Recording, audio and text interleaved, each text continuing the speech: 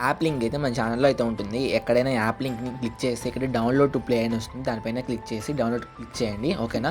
Download click చేసిన తర్వాత download అయితే స్టార్ట్ అవుతుంది. సో, డౌన్‌లోడ్ కంప్లీట్ అయిన తర్వాత దానిపైన క్లిక్ చేసి సింపుల్‌గా ఇన్‌స్టాల్ అయితే చేసుకోండి. ఓకేనా.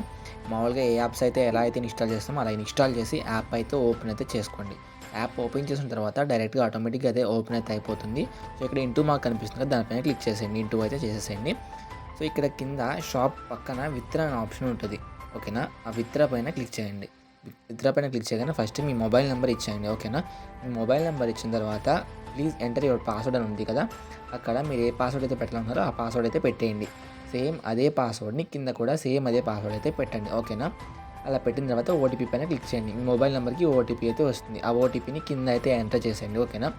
మీ మొబైల్ నెంబర్‌కి వచ్చిన ఓటీపీని ఎంటర్ చేసి కింద కన్ఫర్మ్ పైన కొట్టగానే ఆటోమేటిక్‌గా బ్లైండ్ అయిపోతుంది గైస్. ఓకేనా. మీరు మనీ అయితే యాడ్ చేసుకోవాలి చెప్తాను. ఇక్కడ షాప్ పైన క్లిక్ చేయండి. షాప్ పైన క్లిక్ చేసి మీరు ఎంత అమౌంట్ యాడ్ చేయాలనుకుంటున్నారో దానిపైన క్లిక్ చేసి యాడ్ చిప్స్ పైన అయితే క్లిక్ చేయండి. డైరెక్ట్‌గా క్రోమ్‌లోకి అయితే వెళ్తుంది గైస్. అక్కడ నేనైతే పేటీఎం అయితే సజెస్ట్ చేస్తాను. కింద కనిపిస్తుంది కదా! ఆ స్కానర్ పైన క్లిక్ చేసి స్క్రీన్ షాట్ అయితే తీసుకోండి.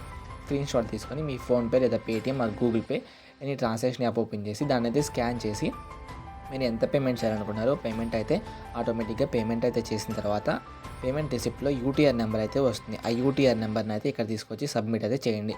యూటీఆర్ నెంబర్ సబ్మిట్ చేసిన తర్వాత సబ్మిట్ యూటీఆర్ అయితే క్లిక్ చేయండి. సో, ఆటోమేటిక్‌గా గేమ్‌లో అయితే యాడ్ అయితే అయిపోతాయి గైస్. ఓకేనా. సో, ఇలా అయితే మీరు యాప్‌ని ఇన్‌స్టాల్ చేసుకోండి. లైవ్ ప్రొటెక్షన్ ఇచ్చినప్పుడు ఎలా ప్లే చేయాలో తెలియకపోతే డిస్క్రిప్షన్‌లో ఇంకో వీడియో అయితే ఉంటుంది. ఆ వీడియో కూడా ఫుల్‌గా చూడండి.